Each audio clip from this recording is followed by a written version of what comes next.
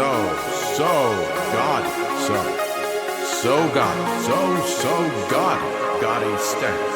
stats. Good God, that's gaudy. Welcome to Gaudy Stats. With Ben Simmons. What's on the menu, Benny boy? It's been a long time since I've whispered in your ear about sports-related things, people, stuff. Summer is, well, it's more than upon us. We're deep, neck deep in summer. It was so swampy about a week ago. The clouds have descended upon Portlandia, and it's nice and cool.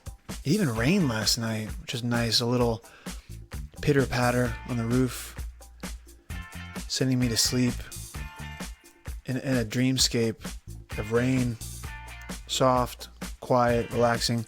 Very enjoyable, except for a loud shriek of some sort of animal. I think it was a possum. These possums have been fighting fighting cats in our backyard, and it's.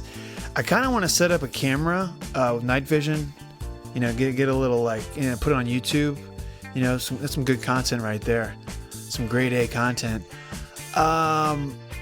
There's been a lot of. I even saw two raccoons going at it. This is a while ago, but they were just beating the shit out of each other.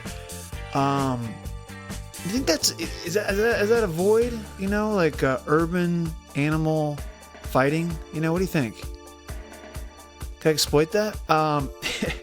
But no, loving the cool weather, and you know what that means when it starts to get a little cold. NFL is going to have touchdown. A lot of sound effects getting pulled right now by a lot of guys. A lot of button heads, sound effects. You know, guys getting tackled, brains being turned to mush, skulls being fractured. It's going to be a great season. I'm pretty excited. I was kind of down. I was kind of down on the season. I wasn't really getting into it. And then it just started to creep up, you know. It's like it just starts at your toes and slowly starts to work up. And right now that football fever is like getting really close to my heart, you know. It's getting real close, starting to edge up into the chest. I'm going to have a heart attack. And no, I mean, I'm getting excited. I'm starting to get excited. You know, this podcast was a lot of fun. The boys, Samuelson and the Kempster, God, these sound like just classic, stereotypical radio names, but not really. Just the Kempster does. Anyways, they kind of started. They filled me in on a couple players and a few players that I really didn't know that much about. Kyler Murray being one, or is it Murphy? I think it's Murray. I don't really follow the youngins, the college players, amateur hour, but they were telling me a lot about this guy. Samuel said he's Flutie-esque, Doug Flutie-esque, and that really piqued my interest. You know, we got the Niners. We talk about Jimmy Garoppolo a little bit. We talk about Antonio Brown. We talk about it's been a lot of times in the Ravens. Lamar Jackson, Saints. A little Saints talk. God, I'm starting to forget what we talked about, but we covered a lot of bases. Honestly, a lot more though. I mean, we covered a lot of bases and also didn't scratch the surface. If that makes any sense at all, it doesn't. It's going to be a good season. I'm excited. A lot of question marks. Antonio Brown with his foot fell off, I think. He's doing cryogenic therapy, trying to freeze himself like Captain America. I don't know what's going on with that. Anyways, without further ado, the first fantasy football preview podcast. Hope you enjoy it. Thanks for listening. I've been thinking about Lamar Jackson a lot. I don't want to ask you straight up like how much you would bid on him because I think that's revealing too many of your cards. But I mean, $35 seems okay. what? No, no. Do you think he's going to get in the top? Wow. Do you think he's going to get in the top 3 most expensive quarterbacks? That's my question. Well, I think we're all 3 in on him. So that's your bidding war right there. All you need is one other guy to be all in on a player, and then you could see the price goes through the roof. Well, Chris, you said yourself. like you said that he was on pace for 1,600 rushing yards. rushing yards, yeah. And Harbaugh's already said, what did he say? Like, as far as running plays, bet the over on Lamar Really? Jackson. I thought he said he was cutting back on the running plays. Sam, what did he say about bet the No, over? I think he said to take the over. I think Kemp is right, at least as I read it, and that they're going to really start to zag when everyone else is zigging in terms of making it a passing league, and that they're going to run the ball a ton. But I thought he said take the over on Cam Newton's 139 rushing yards in a game for a quarterback. I didn't know he said take the over on. Take the over because Cam Newton has like the record on Rush attempts, rushing yards for a season for a QB. Right? I thought it was Michael Vick. Like take the over. None of us know anything. He's saying take the over. Harbaugh is saying take the over on him running. Take the over in general, just on like the general thought of him running. Take the over. No, it's fine. Yeah. No, it's totally fine. I'm as rusty as anybody. I honestly, I've just started getting into deep into the research last few days. Yeah. So I mean, I think he's going to be one of those players that, definitely has the potential of getting up there with Pat Mahomes as far as, top dollar for QB. Well, what do you think he's going to go for? $10? Over under $10. I mean, he was on pace for 1,600 yards rushing last year. There's no way he goes for $10. But how many? But he was on pace for like 2 passing touchdowns, though. I'm joking, but Yeah, but he's also how many rushing touchdowns did he have? I don't see. I had him. I'm trying to think as you were talking. He had a lot of like. In our just really do this really fast. Like in our league, he had a lot of rushing attempts. So that actually like raised his baseline surprisingly, a surprising amount. And there's some games where he had like 16 rushing attempts or something like, around there. So what is that, like 3 extra points roughly? Yeah. And it was crazy. Like he had some games where he only had 1 touchdown, but he was consistently getting over 20 points, 20 fantasy points in our system. And that's the thing about Lamar is that he's got like an established floor. That he's like even if he's passing for 150 or 200 yards, not doing much with his passing, he's still going to get you 20 points a week just because of how much he runs the ball. Yeah. Okay. Really fast. He had 5. Really fast. He had 5 rushing touchdowns. Just so you know. Yeah, which I mean that's pretty awesome good for half a season. So that's 6 passing touchdowns. Yeah. So I mean I would expect that he I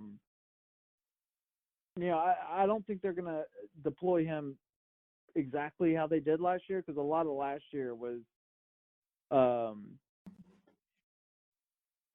they already had the offense built around Joe Flacco, so they had to like change on the fly sort of thing. So I think this year they're putting, they're going to put more of an emphasis of creating an offense around Lamar Jackson, which would include, and they drafted a bunch of offensive weapons like Hollywood Brown and Miles Boykin.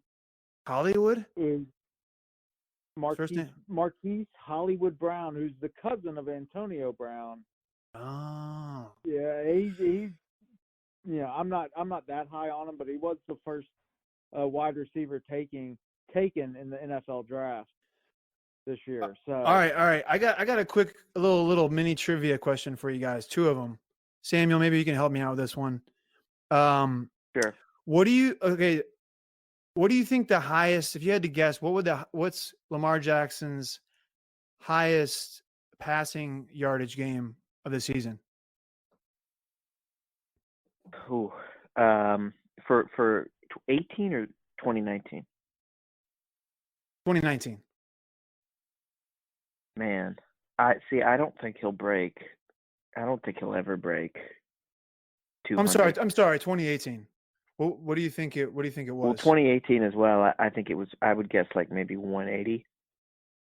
Yeah, it was 200, 204. 204. Yeah. That was his high in passing. And I guess another one was what do you think his high in completions was? For a single game? Yeah, for a single game. I'll say 19. It was 14. Wow. Yeah, wow. Yeah, he has a lot of work to do in that field, but I'm not hating. I'm just pointing out that like he's pretty raw, and he was fun to own. Honestly, though, I'm not going to hate. I mean, it was enjoyable. The rushing yards were bountiful. I mean, from week 11 on, here are his rushing attempts: 26, 11, 17, 14, 18, 13, and 20. Those are his rushing attempts, like for a quarterback. Unreal. I mean, that's like off the charts. Yeah. It's so if he can do anything close to that, that would be well. The thing that I would say about Lamar, just sort of in response to your question, I mean, it does sound like we are all more bullish than the average, because I don't know if you've looked at like average ranks or anything yet, Ben, but he's like going as like QB 18 or 19 right now. I know. That's what I'm saying, man. So like top 3. When I heard you say top 3, I was like, wow. I mean, there's no way anyone, even as much as we love him and as much as it's a pro Louisville league, in a lot of respects, there's no way. He's not going to be one of the top 3 most expensive quarterbacks, but I do think he will be. I think QB 18 or 19 is low. And I think that he's got a real shot in terms of looking at the totals by the end of the year to be a QB1. Maybe finish somewhere between 6 and 12, let's say, or 8 and 12. And that's going to be because they are going to run him a lot. And I do buy into the idea that the Ravens are really going to go for that kind of ball control, shorten the game. Make it so that minimize possessions for the other team and basically rely on running and defense. I was listening to a podcast recently, I can't remember which one, talking about how Harbaugh has been, and I'm not kidding here, Harbaugh has been looking at like 1950s run concepts this offseason. I'm not joking, because he likes what he has with Lamar and his stable of backs. Obviously if you're relying on Lamar as a passer, that is where his QB 19 or QB 20 feels more appropriate. But I do think that you're going to see him finish, as long as he stays healthy, I do think you're going to see him finish inside the top 12. I think that, once he was bad in that playoff game for a while, but once he figured it out against the Chargers, if you look at the end of his in statistical line, and of course maybe you could say, well, the Chargers were playing prevent and playing soft, but like once he figured it out, I mean, he had the Ravens in contention in the fourth quarter, and he was not good in that game. But I think that shows that this guy is still 22 years old. He's got a lot to learn, a lot to figure out, but I'm not necessarily going to be the person who says that he can't figure those things out yet, that he that maybe he lacks at this point. He's put on a lot of muscle too. Classic offseason line, Well, but he's looking real strong. You guys are missing the big picture here, guys. All you got to look at is what the from Chicago all of a sudden? Ravens did.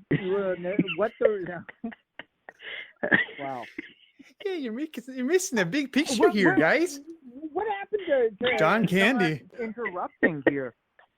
Sorry about that. I'm putting you guys. I'm gonna let you know what the reality is here. Is that Kemp is turning into George Wendt on SNL. Teams are going to be showing their cards on draft day. On draft day, the rest of the year they lie to you. They lie to you on conference calls. They lie to you when they're doing interviews. The only time when they tell the truth is when they have to go up and make a draft pick. And what did they do? They drew with their first pick, they drafted a wide receiver, and with their third round pick, they drafted a wide receiver. That tells me all I need to know, that they're going to be focusing on throwing the ball, getting the ball out, Hollywood Brown is apparently a great route runner, and Miles Boykin is one of these guys that can take the top off of a defense, and is big. So are they rookies? Yeah, they're both rookies. They're rookie wide receivers who aren't traditionally really good in their first years. Rookie wide receivers. But you're seeing what the Ravens front office wants That's to do true. with this offense. True. They're getting Lamar Jackson weapons for him to play around with. So that's what we're talking about here. So I think once you get that and then add in a little Mark Ingram, I think you're trying to see a Ravens offense that wants to be a little bit more balanced this year. But I think at the end of the day, Lamar Jackson's going to have to run it. I think he might not end the season as the quarterback 3, but I think there's a good chance that there's going to be a bidding war for his services. I agree. Just because I agree. He's got a safe floor. Like you can, like clockwork, it's 20 points. Boom. Yeah, no, I agree. I mean, I had him last year, and he was like 20 points every week. I'm kind of in the middle between Sam. This is really fast, Sam. I'm in the middle between you and Kemp. Like I honestly, I have him like in the top, like maybe the 5 spot. Like because Aaron Rodgers last year, I had him as well. He finished number 5, and he had just a pretty subpar year for his standards, and he finished the year with a game that was like, I think he had 50 points, so it boosted his stats. But I think he can get there, kind of, grind it out, like just consistent 22, 25 points around there. I'm not sure how many huge games he's going to have. I wouldn't be surprised if he did, but yeah, I'm pretty bullish on him. Go ahead, Sam. I was going to say the Ravens' main 2 primary wide receivers last year, if I'm not mistaken, were Michael Crabtree and John Brown, and they're both gone. John Brown is on the Bills, and Michael Crabtree, I think, is still looking for a team. So to Chris's point, I mean, I didn't really necessarily see that as drafting based on what they plan to do. I thought that was more drafting on need, because they didn't have any receivers. So I mean it's possible they're going to throw to Hollywood Brown and Miles Boykin a good amount, but I think it was mostly about kind of filling out the roster. So I mean I do buy into this idea that Harbaugh is going to. I mean, he's probably overstating it when he says he's going to run like the 1950s like Army offense, right? But like I do buy that it's going to look a lot different than what a lot of NFL teams look like in 2019. Yeah, I'm actually looking forward to seeing their offense. And to be honest, I really like their tight end, Andrews. I got a little bit of a little crush on him. Lamar liked him. didn't he? Yeah, he liked him a lot, and he had actually kind of a sneaky decent year. I think he was like Look, almost the at only thing that's the only guy he 600 threw to yards. was Mark Yeah. Mark Andrews. He just had some like breakaway. I always like when I see tight ends that like have breakaway speed, and he definitely has it. They have some other tight ends though, so don't bid on him. Don't try to bid me Yeah. because he's going to be horrible. Let's be honest. Look at John Brown, if you look at John Brown's season last year, he was on pace for like 1,000-yard season, and then Lamar Jackson came in and he fell off a cliff.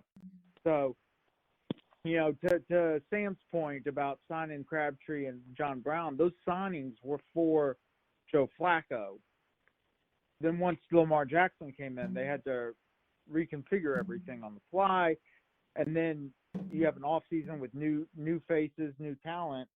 And it reminds me of the Bill Belichick quote. Oh God. That we're not amassing talent, we're amassing a team, and that's kind of what Coach Harbaugh is trying to do here. Profound. In that sense, yeah. Well, that's a lot of Ravens talk. Maybe we should shift gears. Yeah, I'm down to do that. Probably too much Ravens talk, honestly. But... Yeah, way too much. All right, Kempster, do you have anything that you want to ask the group? Yeah. Oh, the share circle. Absolutely, because Chris, hold on. Let's give Chris the talking stick. Chris, you have the talking stick. You have the talking stick. Yeah, because I've been thinking a lot about fantasy football, and Oh, really? I think, absolutely, because football and fantasy Surprised. Football, it's ultimately at the end of the day, it's a business, and in any successful business, the most important ingredients are sound culture, a realistic plan, strong leadership, and a talented workforce. So I'm thinking, okay, what are the football clubs, the football organizations that I want to invest in? So I'm going to throw this out to you. It's a nice metaphor. You guys, thank you. I thought of it myself. I want each of you guys to pick an AFC team and an NFC team of the offenses that you guys want to invest in this year. Oh, that's a good question. Samuel? Yeah. I need to think about it for a second. It's a good question. Yeah. I mean, so I did prep you for this earlier today. Really? Yeah, no, you did. Oh, I missed it, I think. That. My bad. No, that's okay. Here, Simmons, you go ahead and look, and I'll respond. It was just like it was like machine gun messaging earlier. I couldn't keep up with Kim. It's true. So I think the obvious one in the AFC, or at least the one that's going to have the most sort of new, shiny kind of appeal, is Cleveland. This is a team who really came on at the end of last year. Obviously, Baker Mayfield had a really strong rookie season, and I was listening actually to the Gaudis the other night, and about how Kemp was lambasting Hugh Jackson for waiting so long to play Mayfield. Who was starting in week one? It was Tyrod Taylor, right? Yeah, because I picked him up off waivers. I thought he was going to be good the whole year, and he was good. He was like horrible, and he only started like three games or something. Yeah, and so Mayfield got better and better by the end of the year. He in that game in Baltimore, he was really just excellent, and is someone who can move around, and when a play breaks down in that kind of Rodgers, Favre kind of way, find an open guy. And so obviously they trade for Beckham, which is a massive change in their offense. And so Beckham and Landry, these childhood friends, are reunited. Today, literally, within the last 8 or 10 hours, they trade Duke Johnson to the Texans, and that increases Nick Chubb's value, I think. And then they have the tight end David Njoku. So I think this is an offense that is really going to come in with a lot of high expectations, and the expectations are reflected by the fact that they are in prime time. I think something like 4 of the first 6 weeks, they're either on Thursday night, Sunday night, or Monday night. So this is going to be a team that a lot of people are going to want to see. I think that, Baker having these weapons, it's a team that, it goes without saying, they're going to move the ball, they're going to put up a lot of points, and I think Chubb's value is probably increased somewhat by the fact that Duke Johnson isn't there.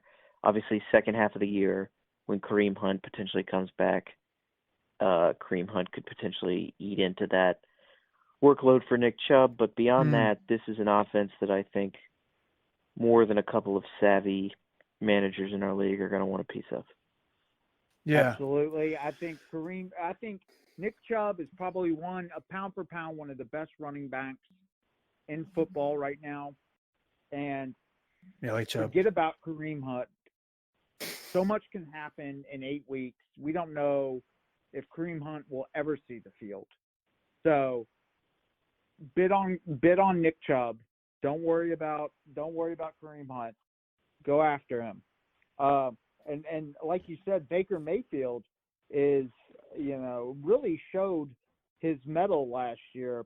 And I have been calling it since before he was drafted that he was going to put the NFL on notice that he was going to be the next big thing, and I think he is on that path to do it. I think he's really showed his leadership and his accountability, Yeah. And accountability really is the ultimate sign of strength, because when a leader admits mistakes, it shows the team that he expects as much from himself as he does his players. This is a life coach corner. Yeah, I think I'm thinking off the top of my head that these are the things that you guys that you can't quantify in stats, but that show up day in, day out on the practice field, that end up showing up on game day. And Baker Mayfield has that in spades. Well, he shotgunned that beer at the baseball game. That was awesome. Well, with his mouth, he bit into the can. He bit into the can like a beast. It's insane. I saw that. That was he was taking leadership. Yeah. That's a lesson in leadership right there. No, I'm really intrigued. Go ahead, Samuel. I feel like I'm being lectured here. Yeah. I'm intrigued by the wide receivers. Like, I don't know ODB. I'm not really sure what to expect. I really like Landry though. I keep coming back to. I feel like he might be a good value. I think ODB is going to get a lot of attention. I kind of like Landry to get do that classic 95 catches, 1,100 yards and 6 touchdowns, something, just something kind of like a nice PPR season. I think it's going to be. There's a ridiculous stat about Jarvis Landry. I'm trying to look it up right now. As far as targets, he hasn't had under 100 targets his entire time. Yeah. It is pretty wild. We looked up his stats, I think last year, maybe the year before. But I'm talking this podcast has been going on for 5 years. It's only been going on for a year and a half or something. We looked up his stats, and I think he's had no less than 84 catches or something like that. He had 81 it's something like that. Lowest, but he had 149 targets last year. Wow. Yeah, that probably will go down. He only had 81 catches. He started out hot, and then he went downhill a little bit. But I want to point out too that last year on the preview pod, the over/under for Jarvis Landry catches, I think I set it at 80 or 80 and a half. Wow. That's good, man. 81. I don't know. On the dot. We'll have to confirm on that. Go ahead and check it. Take him by his word. Yeah. No, but I'll get back to you. I do think that the Browns are going to be fun as hell this year. And yeah. those are all fiery guys. in the first 6 or 7 weeks, there's going to be some blow up because Baker didn't throw to Odell on third down, and they're going to be yelling at each other on the sidelines. ESPN's going to spend 2 days on it. But ultimately, I don't know what it's going to yield in the way of wins and losses, if it's going to make them go 11-5. But I do think it's going to be very favorable to stat columns and all of these guys' lines by the end of the year. Well, and one word of warning though is by trading Odell, they got Kevin Zeitler, like their number one offensive lineman, and so Cleveland's offensive line is now the weak part of their team. So that is one thing to just keep in mind on that, is how will that affect the offense. But I am kind of with you, Sam, that I like. I'm curious to see how that offense performs, especially with Freddie Kittens on as the new head coach. I mean, he did a good job, but who knows how he's going to do now as the man in charge. So, but that's good. So you got your AFC team. Who's your NFC team? Simmons, do you want to get a team in, or you want me to go? I'll jump in. And this is completely shameless, but I'm going to the 49ers. I mean, I am curious about the Saints, like the Kamara's workload, if he's going to enter into like godlike realm where he's getting, 80% of the RB work instead of what he's getting, like 65.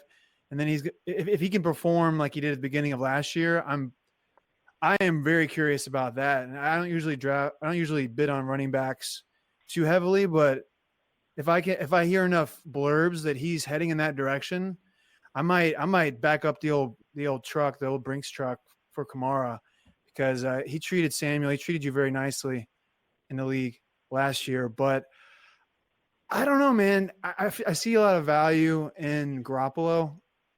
I feel like it's going to come back and bite me right in the ass, but I don't know. I feel like they don't have a lot of high end options, but they have, decent running back committee. There's not going to be a receiver who's being a diva. He's going to be able to He's going to be able to, just throw to whoever's open. I just think there's a lot of value there. And the division isn't, besides the Rams, the division isn't too difficult. So I don't know. I feel like the Niners have a chance to definitely improve upon the record from last year, but more importantly, give Jimmy a decent fantasy season. Jimmy G, yep. Hey, and I want to say the name to watch out for in San Francisco, Trent Taylor. I know. You took the word out. Oh my! Wes Welker is the wide receiver coach, and he's been. Yeah, he's got crocodile arms, but he catches anything that comes. As long as you can throw it right to him, he's catching it. So he's got like a 1 foot catch radius, like a 1 foot in diameter. Small. It's very small. 1 foot in diameter. If you get it to him, and he's one of those sort of players that, he really tries hard. He's one of those ultimate gym rats, and it's one of those guys I really respect. As an athlete, and if he gets his shot, he's not going to let you down. So be on the lookout for Trent Taylor this year. And I'm also going to say I'm a little bit torn on the San Francisco 49ers because I want Jimmy to do well. I really do. But no, you if don't. If he doesn't do well, the 49ers can cut him. And they'd almost get zero dead money.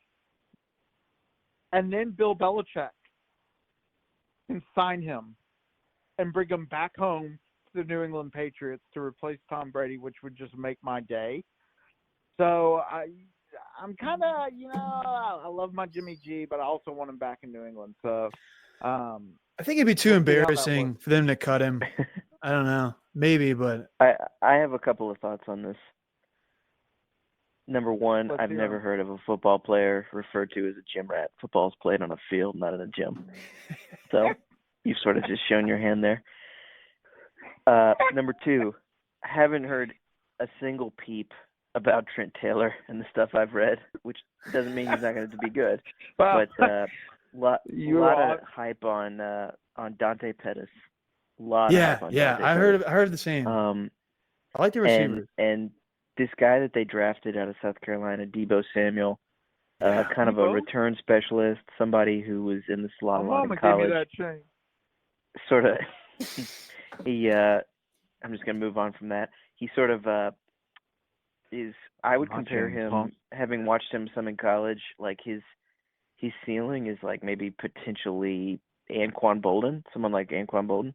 Oh, Not necessarily sure that he'll reach that in the first year. you're getting me but so excited I right think- now. I think that He Pettis. is a clone of and- Dante Pettis, except for better. He's better than Dante. Well, Pettis. so I think he's a little more physical than Dante Pettis, though, and I think he's a little bulkier. But those are both good players. I don't know.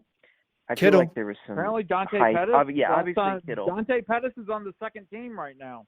You know, Practice Marcus Goodwin might not even make the team. That's how good these receivers are showing That's what I out. was gonna say. Goodwin had a lot of hype last year. I think he's kind of a one-trick pony, kind of more of like a deep threat, not someone who's like a great route runner. And I have seen Dante Pettis compared favorably, I guess. And again, this is not me comparing. This is what other people I think have compared him to. He's been compared to Keenan Allen a little bit. And, these are guys who, in Shanahan's offense, Kittle, of course, as well, not to say nothing of that backfield. I think if Garoppolo comes back and he's right and he's sound, that's a situation where, especially with some of the other offenses in that division, they're going to potentially find themselves in a lot of high-scoring games and a lot of games where they're going to have to put up, 31 or 35 points to win. So I don't necessarily know who will be the beneficiary of those stats the way I feel more confident in that with Cleveland. But I do think there will be points put up in San Francisco. Yeah, I think really fast, Kim. I just want to say, I agree with you about it's hard to predict because another thing I was going to say and I forgot was I just read a blurb about Breida and they're like, oh, Breida's lining up all over the formation. He's lining up as a wide receiver, as a tight end. He's lining up as a running back, and it's like, okay, so you have Breida, Jerick McKinnon, and Tevin Coleman. Like, how do you even begin to decide who you should bid on or like who's going to be it's kind of hard to figure out how that's gonna roll out. I don't really know who's the number one guy. Do you guys have a guy that you like? Kim, do you have a guy that you like out of the three? I was telling Kim, do you have any Sam Jerick today- McKinnon updates? I was going to say, I was talking to Sam today about Jerick McKinnon and that I'm off the Jerick McKinnon train. He just got off hook. Hurt. I was on him. He's a talented guy, but he just can't stay healthy. Breida, meanwhile, gets injured all the time and continues to stay out there and continues to play. Yeah. Yet he just like stays hurt. And then Tevin Coleman, who I don't know, he had his chance in Atlanta and disappointed severely. But maybe with Kyle Shanahan, something, it's different. So I don't know. Like all of them, I think all three players have their upside potential, but I have no clue which one it's going to be. So I thought you were going to tell me. I'm going to stay clear. I'm staying clear of all of them, unless it comes up. The thing I saw today said McKinnon is out for at least 2 weeks. Yeah, I just saw that too. He's getting a platinum. I can't talk. Doesn't seem great. He's getting like a blood injection in his ass, something like that. Yeah, something like that. The Kobe move. Yeah, it looks like he's getting God, I cannot pronounce this word. A platelet rich injection in his surgically repaired knee. Yeah, and he's out 2 weeks. So Jerick McKinnon's just off to Germany for a few weeks. He's gonna get back and be right, just like Kobe Bryant was. God, this could be a signing that really. I mean, they can just cut him next year, obviously, but it's just what horrible luck. Your running back and your QB, you forked out a bunch of money for, both go down, and the running back still hurt. It's just dark days for the red and gold. Yeah. So it's not looking good for the Niners. Yeah. Even though he just said that they could have a good season. Come home, Garoppolo. That's how it's gonna be, baby. Samuel, you have an NFC team? NFC team, sure. So I'm gonna piggyback a little bit off of my AFC team and talk about a guy who was in the same system as Baker Mayfield in college and arrives new as the number 1 pick, and that is Kyler Murray with the Cardinals. So this is probably not as safe of a pick as the Browns. It's definitely not as safe of a pick as the Browns. The Cardinals are a team coached by Cliff Kingsbury, who's like a 39, 40-year-old coach who wasn't particularly good in college in the Big 12, but he ran the air raid. He ran the offense that Patrick Mahomes thrived in as a Red Raider there in Lubbock, and he got Kyler Murray with the number 1 overall pick and shipped Josh Rosen out of town very quickly. I'll be honest, guys. I have no idea what this is going to look like. Like, it could go horribly, catastrophically wrong, but I have a feeling it's not going to go catastrophically wrong. And I don't, again, sort of like with the Browns, but more severely, I don't think they're going to go 10-6, but I do think there can be a lot of stats put up. And I think with the system that Kingsbury is used to running and what he wants to do in the NFL, I think that Kyler Murray is the exact kind of dude who can run it. He was in Oklahoma in that system, originally a recruit from Texas A&M and then transferred. He's only like 5'8" or 5'9", but Simmons, I will tell you right now, you are going to be quickly smitten with this guy. He has been doing quite well in training camp. I'm always a little weary of sort of training camp reports, but if this guy is even 50% of what he's hyped up to be, he's going to be incredibly fun to watch. They're going to throw the ball a ton. There are going to be a lot of short, quick passes. They've got David Johnson back and healthy. I think that this is a really good way in the twilight of his career for Larry Fitzgerald to kind of go out. It's going to look much more like the kind of high-octane offense that he had when Kurt Warner was there. Yep. Hello? Yeah. Hello? Yeah. I'm here. Oh, sorry about that. I think I got cut off for a second. My bad. Oh. Wow, you just cut off Sam's train of thought. That really makes me sad too, because I loved what you were saying about Kyler Murray. Where did you get cut off? You said Simmons, you're gonna like this guy. They're gonna do the air raid offense. They're gonna throw the ball a ton, a lot of check downs. He's incredibly athletic. There's like a kind of fluty quality to him because he's so small. I was saying Fitzgerald in the twilight of his career. Are you kidding me? Be. You're gonna drop the fluty on me? How am I not gonna draft this guy? Well, yeah. tell me. And he's got the arm of Pat Mahomes. Like he's got the arm he's got a cannon. Mahomes. Oh, but he's tiny. He's 5'10". Yeah, he's not 5'10". That's what it said. There's no way he's not 5'10" at all. Oh, he's listed as 5'10", but he's not 5'. Okay. So what happened? So let me tell you. So Kemp, am I allowed to finish my? I'm sorry I cut you off, Sam. Yeah, Sam, please finish what you're saying. Wow.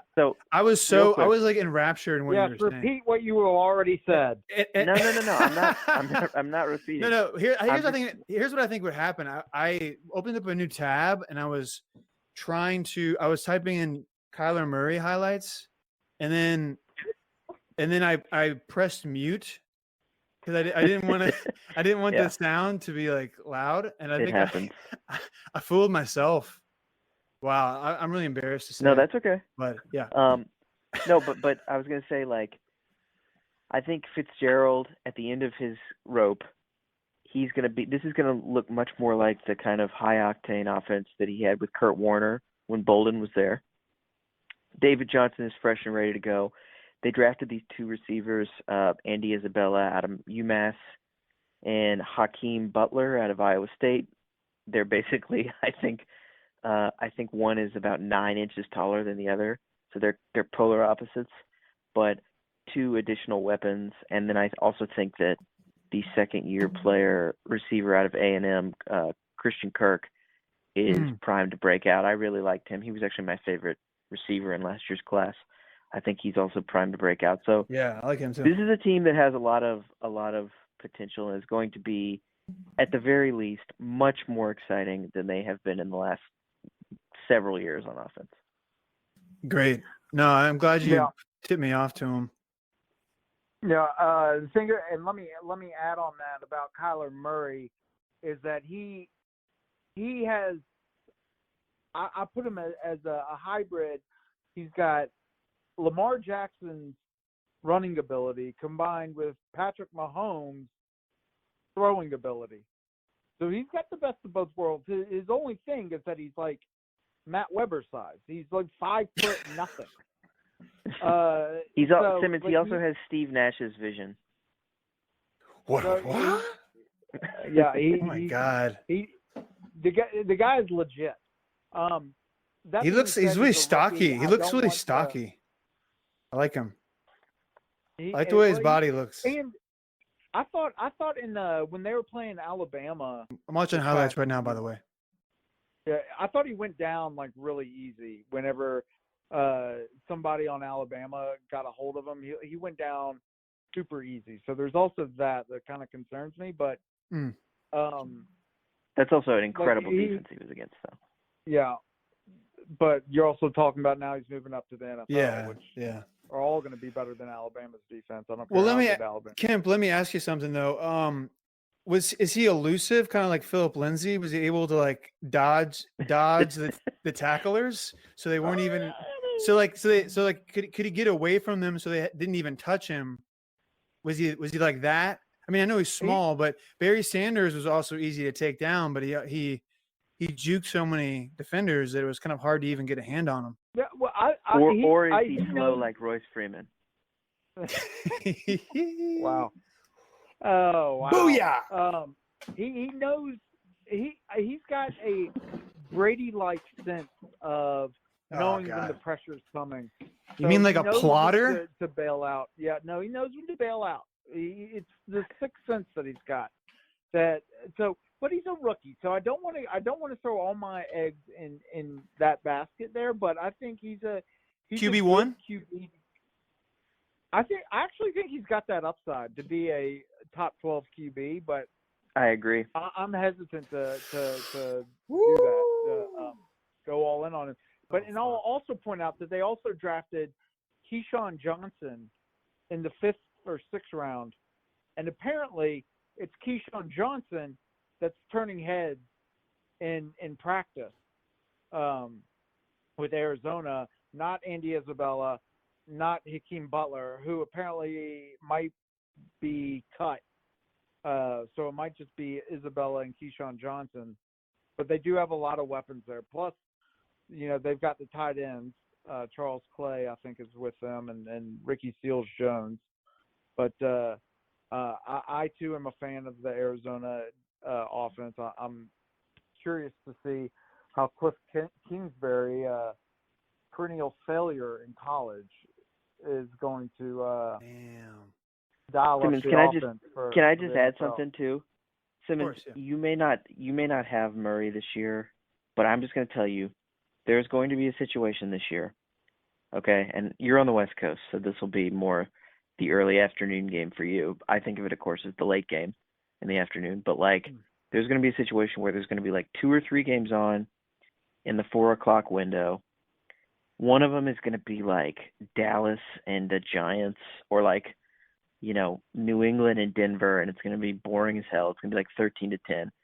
And Arizona's going to be in the window also. And Kyler Murray is just going to be slinging the ball. He's going to have like 60 pass attempts.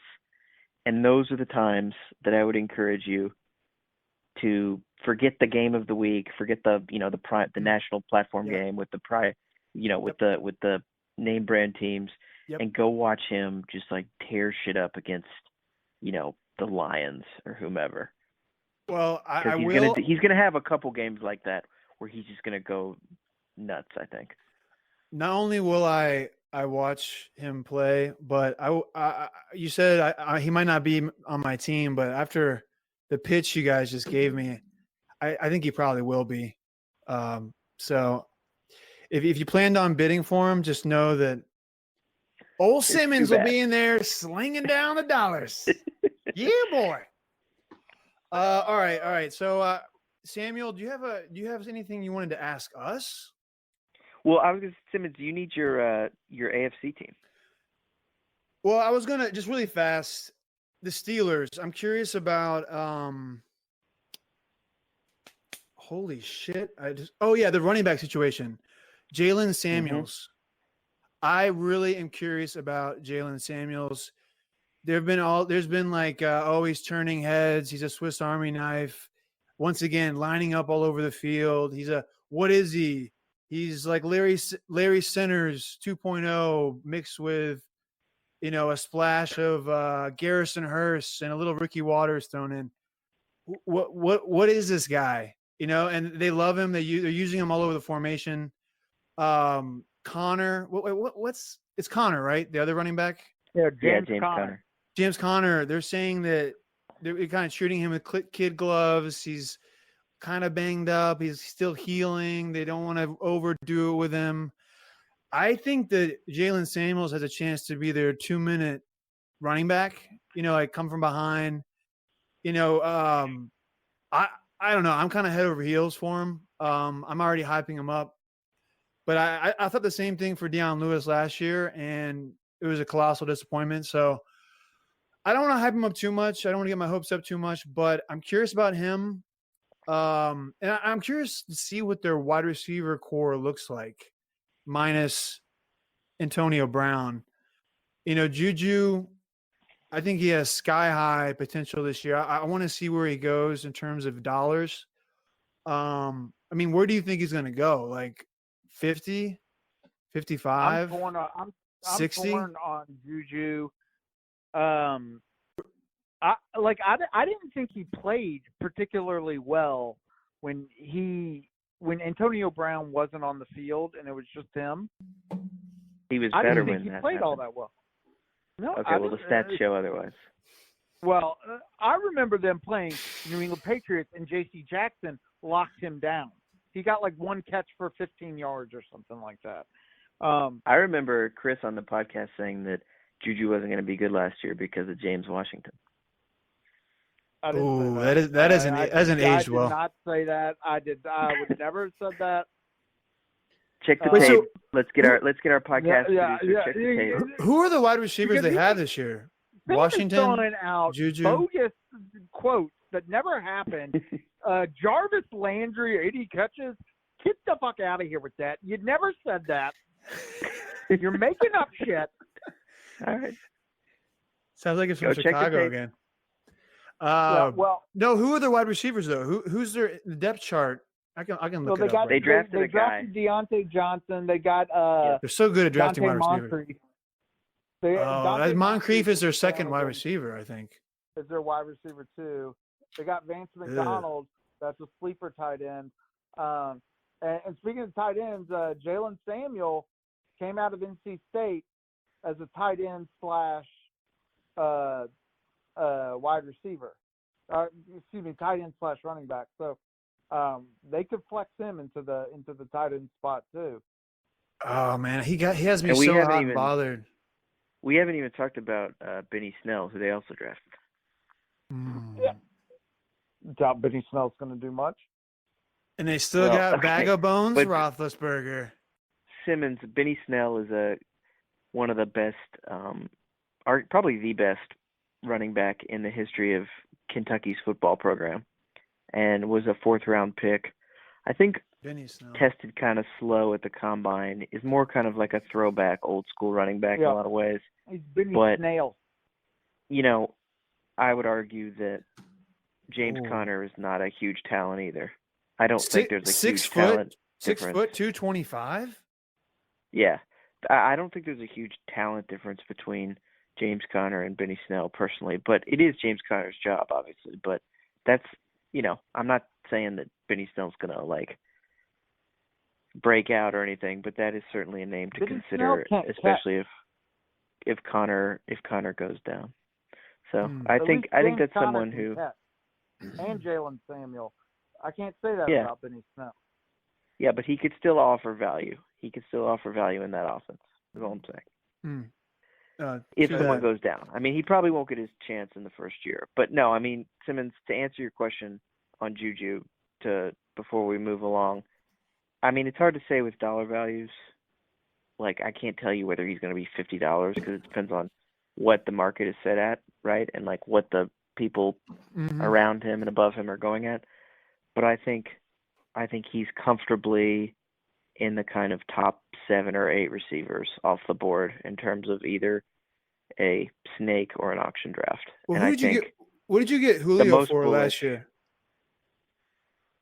What do you mean? The price? What did you get Julio for last year? Like 53, wasn't it? 55? I think it was 50 or 51. I think it was 50 or 51. I don't think he goes less than 50. I think Juju is someone who, I mean, like, if we're ranking personally, I mean, he's on, I'd put him well inside my top 10. I'd have to think about top 5. I think he's going to have a better season ultimately than Antonio Brown. I'll say that right now. I think he'll end the year better than Antonio Brown. Well, he doesn't have frostbite, so that's good. Yeah, right. Good start. Sure. Well, Sam, let's go ahead and move on to your topic. Sure. So we're overlapping a little bit here in terms of players discussed, but I think that'll be okay.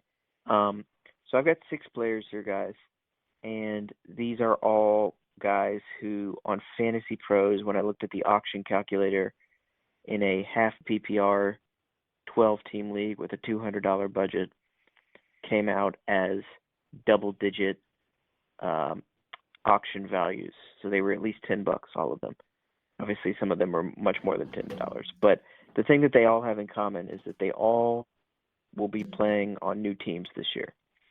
So I'm a little hesitant to give you the exact auction value just because I don't necessarily think it will bear any resemblance to what it'll look like in our league. But I'll tell you anyway. Did someone just get kicked off? Hello? I think Kemp just left. He just stormed out. Okay. Yeah. I'll continue. But, continue. So I have Odell Beckham, who's listed at $40 and is the wide receiver 5. Okay. Mm-hmm. I have Antonio Brown, who's listed at $43, but also is the wide receiver 9. That's kind of weird. I guess the auction and ranking values on this site are different. Yeah. I have Jared Cook, who is listed as the TE7 at $12. Sorry, guys. I just lost the call. I had to get back on. Sorry. No worries. Welcome back, Chris. Welcome back. So you have guys over $10 that are on new teams. New teams, right? So I have Beckham and Brown. I've offered their auction is $40 for Beckham. He's listed as the wide receiver 5, and $43 for Brown. He's the wide receiver 9. Obviously, the dollar values in this calculator and the rankings of the aggregate are different there. But Jared Cook is TE7. He's the 81st overall, $12. 4th is Le'Veon Bell. He's the RB7, going for $41. Mark Ingram on the Ravens, RB23, going for $17. And lastly, Tevin Coleman, RB29, going for $11. So that's Beckham, Brown, Cook, Bell, Ingram, and Coleman. So my question to you is, gentlemen, 2 parts. Number one, which of these players is going to match or exceed their current position or value on their new team, and which of those players is going to flop based on that same category? Well, I'll just go first really fast here. I really like Cook. Actually, I like Cook. I like Cook and Ingram. But Cook with the Saints. Now, I've been burned by Cook. I think it's a baker's dozen times probably at this point. Yeah. I bought the hype early when he was with Tennessee and just disappointed every single year. But he's become this like kind of mercenary. He's going from team to team and just does amazing. The last like 2 or 3 years, he's been doing great. I think it all started with Green Bay, perhaps, if my memory serves. But the Saints need a tight end pretty badly at this point. And Breeze has shown in the past when he has a reliable tight end who's big and can stretch the field a little bit, kind of like Marcus Colson era when he was kind of a tight end / wide receiver. I think Cook can operate that role for them, and I think he could have a really nice year. And Antonio Brown, man, I don't know. He could definitely have a nice year, but what troubles me is, His feet fell off. His foot. He no longer has a right foot. That's troubling. But no, I can't. What the fuck is their QB's name? Jesus Christ, for the Raiders. Derek Carr. Like he couldn't like capitalize with Cooper. And I know Cooper was a little weird, and he was kind of on his own planet in certain respects. But I feel like that's going to be a problem if he can't get is there going to be a lot of pressure again with Gruden there. You got AB there, and I'm not sure. I don't hate Carr, but I don't know if he's up to the task to feed him consistently. There's going to be games, I think, where he's just going to, be like 2 for 15, or who knows? Maybe he'll get force fed and he'll have a great year. But he's not the kind of player that I want to spend $40+ on when there's that much risk. And I could eat those words. We'll see. And if he's at the right price, I wouldn't say no. But I would be nervous having him be like my wide receiver 1. Yeah, Kemp. Yeah, I think the low-hanging fruit there is definitely Antonio Brown. No, that's like at the top of the tree, I think, probably. Yeah, I mean, well, because I was going to pick him too. I wasn't bashing you, but high-hanging fruit. That's why I went first. Yeah, the high-hanging fruit. Yeah, the highest fruit. It's so high up there. It's so hard to get. You have to get a ladder. I think you gotta lean Antonio Brown just because of the different team he's on. I mean, he's downgrading at QB. He's downgrading on every facet of the offense. I mean, the only upgrade is probably his coach, but since he doesn't have a foot currently, we don't know how he's going to be. But you think Gruden's a better coach than Tomlin? Oh, dude, Tomlin blows. But the answer the question. Answer the question. The Steelers' offense, though. Yeah, I would rather have John Gruden than Mike Tomlin. Oh my God!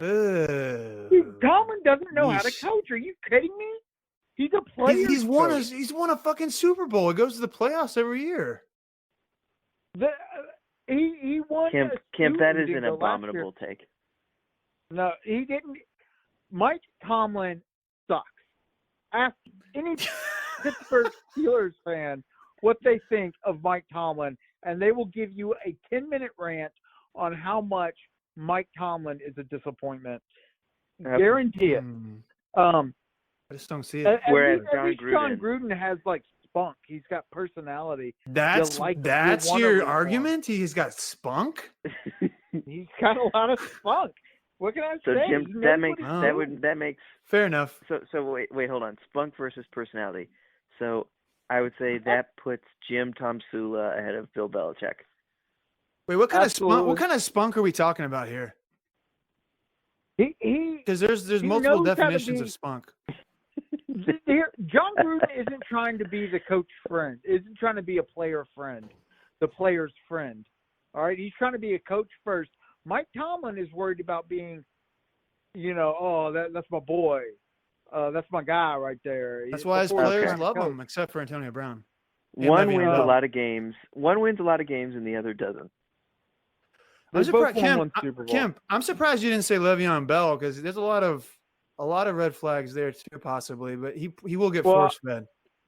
So I was actually going to say Le'Veon Bell, despite his high, was he running back 7? I'm torn on him. Yeah, in Fantasy Pros, he's running back 7.5 PPR. Yeah, I'm torn on him because he too is going to be he has a massive downgrade as far as the offensive line goes. But like, so you're admitting that I Tomlin think is good. He's going to be force fed the ball. Yeah, he's going to like that is he is one of maybe 2, 3, maybe 4 running backs in the NFL that are like true bell cow backs that is going to be on the field the entire time. Really fast. Let me just I just saw this really fast. There's a blurb here. It said Le'Veon Bell said, this is true. Le'Veon Bell said he's up for 500 touches. Oh my God. But that's if the somewhere Larry Johnson weeps. But I think 400 touches is doable. Well, that is a huge amount. I hope he doesn't do 400 touches. His legs are going to just fall off, like they're going to be severed off of his torso. Yeah, but I think Le'Veon Bell's upside, honestly, is overall running back 1. If all the cards go the right way. I mean, I don't. That's a bold take. It's a really bold take. Well, how is that a bold take? Because like, because the Jets suck. Sam Darnold is still their starting quarterback. Sam Darnold is the Jets are a mess. Kemp, I'm not saying you're wrong. I'm just saying it's the odds are against that. Like I wouldn't. He's telling you why it's a bold take. He becomes the running back 1, but like I think that's in his range of outcomes. No, it is. Like he's got the tools and he's got the scenario to be the overall running back 1. I don't think it's going to happen, but it could. Yeah. See, well, Kemp, I'm not laughing at you. I'm just laughing at the idea of Le'Veon Bell just saying, like, just give me the ball every play. You know what? I think you should give me the ball every. I want 63 touches a game. I bet he's going to say. I bet he's going to want the ball all this. If I could jump in real quick on this though, okay. The thing that I think that Le'Veon Bell, besides the entire Steelers offense and their organizational structure, which, contrary, despite what Kim says, is pretty damn good and has won a lot of games, right? I mean, they haven't been. They've drafted well. They're good drafters, but they haven't been as successful as the Patriots. But that doesn't mean they're not successful. They've been remarkably. They've been like top 4 in the league in the last 12 or 15 years, right? Top 2 or 3 maybe. But I think that is going to feed into some of the skepticism about Bell, because one of the things he's going to find out, in addition to Darnold versus Roethlisberger and offensive line play, is the quality of the receivers on the Jets is not what he had in Pittsburgh. And the quality of those receivers on the outside or wherever you lined them up, the defense had to focus on those guys in a way that I think was advantageous to the running game. And, no offense to Robbie Anderson and Quincy Enunwa and Jamison Crowder, but they are not, Antonio Brown and Juju Smith-Schuster, and earlier than that, Antonio Brown and Emmanuel Sanders and whomever. Like, this is not the same kind of receiving core. So I think Le'Veon Bell is incredibly talented, and I wouldn't put it past him to be the number 1 overall player, but I think given the team he has chosen, I think that is a hell of an uphill climb. Yeah, their depth chart is really depressing. It's sad. It makes me want to cry, honestly. Like they're and I'll say Le'Veon Bell is one of those players that I've gone back and forth over, because he's kind of in that area where I'm like, I don't trust him. Let me put Todd Gurley ahead of him.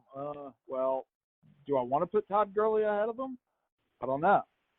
I had Melvin Gordon ahead of him, but now Melvin Gordon is a huge question mark. So it's like he's in that area where it's like he just by default he's kind of up in that like second tier or up bottom of the second tier, top of the third tier area, where it's like, okay, Joe Mixon or Le'Veon Bell, and you're like, they still have Ty Montgomery, Bilal Powell, and Elijah McGuire.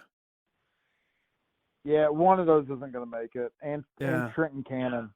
They have so many running backs. Jesus Christ! Not like Green Bay. Chris, who do you like? I was going to say, who do you like? Was Bell who you said you liked, or? Yeah, I think if I had to, I'd pick Le'Veon Bell because I wanted to say Kevin Coleman would be the disappointment, but if he's all the way on 20, you said 28 or whatever, it's like, 11. Man, that's RB 29 right now. But he's going for $11. That's pretty far. That's pretty far down there. So good value. It's almost like he's, he wouldn't take much to meet that. So, Shanahan likes him too. We know that. So yeah, exactly. So I think I'd have to stick with Antonio Brown as the disappointment. Le'Veon Bell, though, I'm not like all in on it, but I'd put Le'Veon Bell as my would exceed expectations. Yep. Well, this was a hell of a conversation, dudes. Anything else you guys want to add before we sign off? Just that it's it's been great speaking with you guys again, and the measure of who we are is how we react to something that does not go our way. Oh, I think the Oscar music is playing. It's faint. Go ahead. I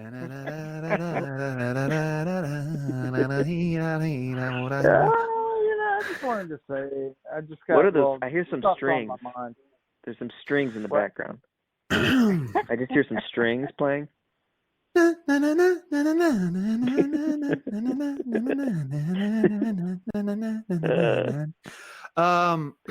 still got to pay you, Sam.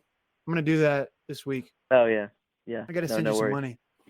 No, I mean, look, this is an exciting time of year. I think that especially in our league where everybody knows everybody and everybody knows everybody's sort of general sort of outlook, which is that we tend to be a fairly conservative league in season in terms of making moves. So I think that just places greater emphasis on the draft. So in a lot of ways, this is the most, I mean, obviously the games are great, but this is the most enjoyable time of the year in terms of doing prep, trying to find the players who can maybe be sleepers, diamonds in the rough, whatever cliche you want to use. But it's just cool that I'm really glad that we made the switch to auction, because I just think it's at the base level the coolest thing about the draft.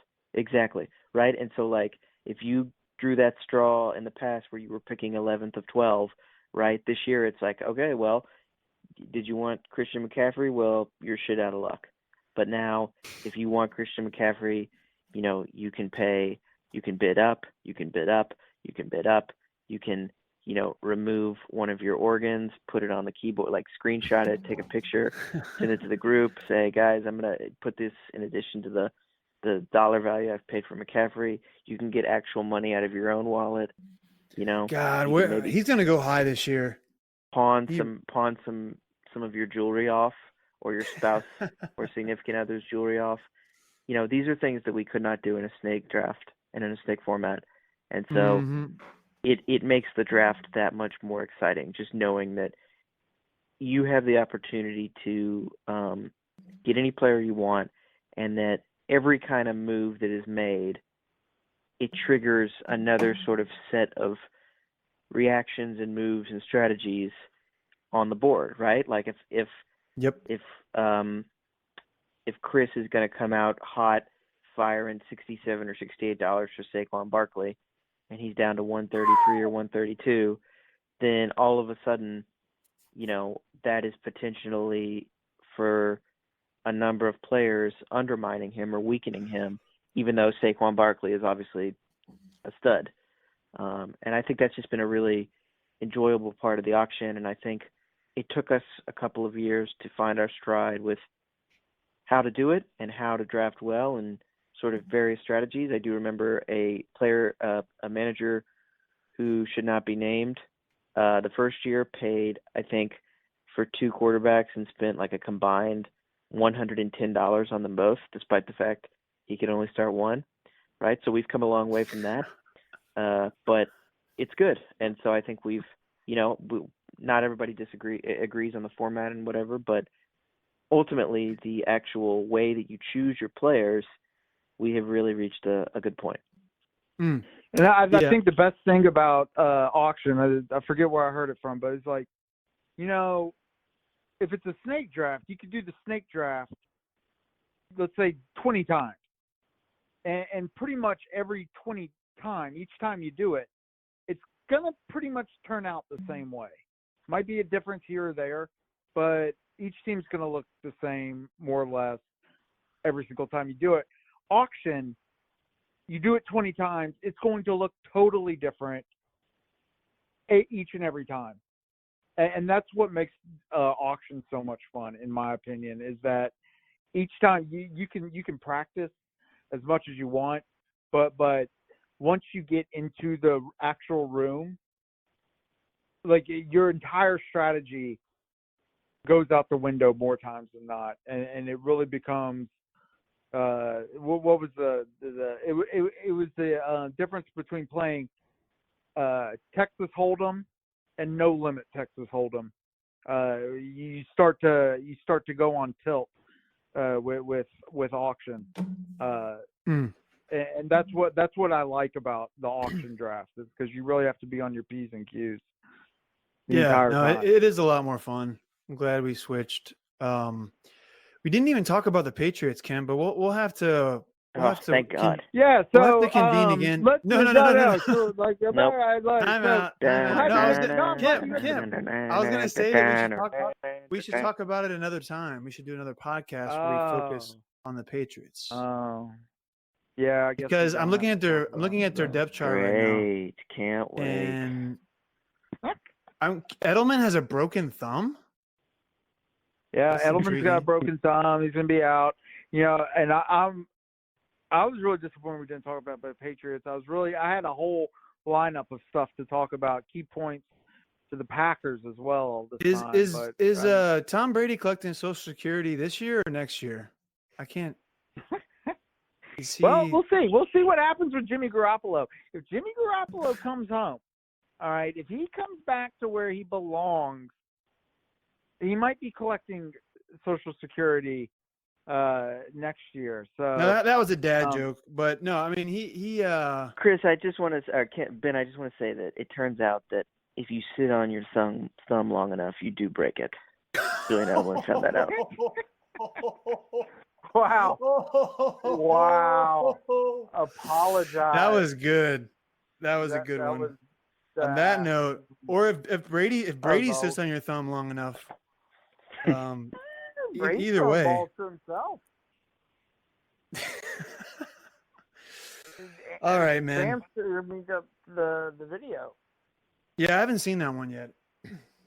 Is he throwing? It's so like, fun. Is it bouncing back to him, or is it like Yeah, he's just throwing it to. He's throwing a ball to Tom Brady, and Tom Brady's throwing another ball to Tom Brady, and then Tom Brady's throwing. It's really cool. We'll have to send you. It's so creative and edgy. It is. It really is. A+. This is stuff you need to learn in your editing. Gimmons, you need to figure out what they're doing there, because it is magical. I'm gonna take a look. I'm curious. Really cool. Yeah, but it's really fast. No, I am Chris curious. is giving you professional advice now. No, I want to see this now because I'm intrigued. But they got James White listed as the #1 running back, followed by Sony Michel, Damian Harris, Rex Burkhead. So that's is this going to be another clusterfuck of running backs? I don't know. I think pound for pound, New England Patriots probably have the best running back core in the NFL. What? Really? Yeah. How did they not? Give me a better running back core. I'd have to think about. That's actually not as crazy Give me a as better I running first back thought. core. Go on. Well, I haven't had a chance to review the entire league, but I would even say the Niners. The Niners might have a better one. With 3 guys? Niners are up there. The Niners are up there if they're all healthy. 3 guys. 3 nimble, small men. 3 guys. Hey, 3 guys, huh? All right, guys. Well, we'll talk about the Patriots next time for a long time. I promise, Kemp. We'll let you just wax poetic, and we can snicker. It was a pleasure as always, and until next time, Kemp. I hope your back feels better. Likewise. Thanks, guys. Farewell. Y'all have a good guys. one. All right. Bye. Take it easy. Bye. Bye-bye.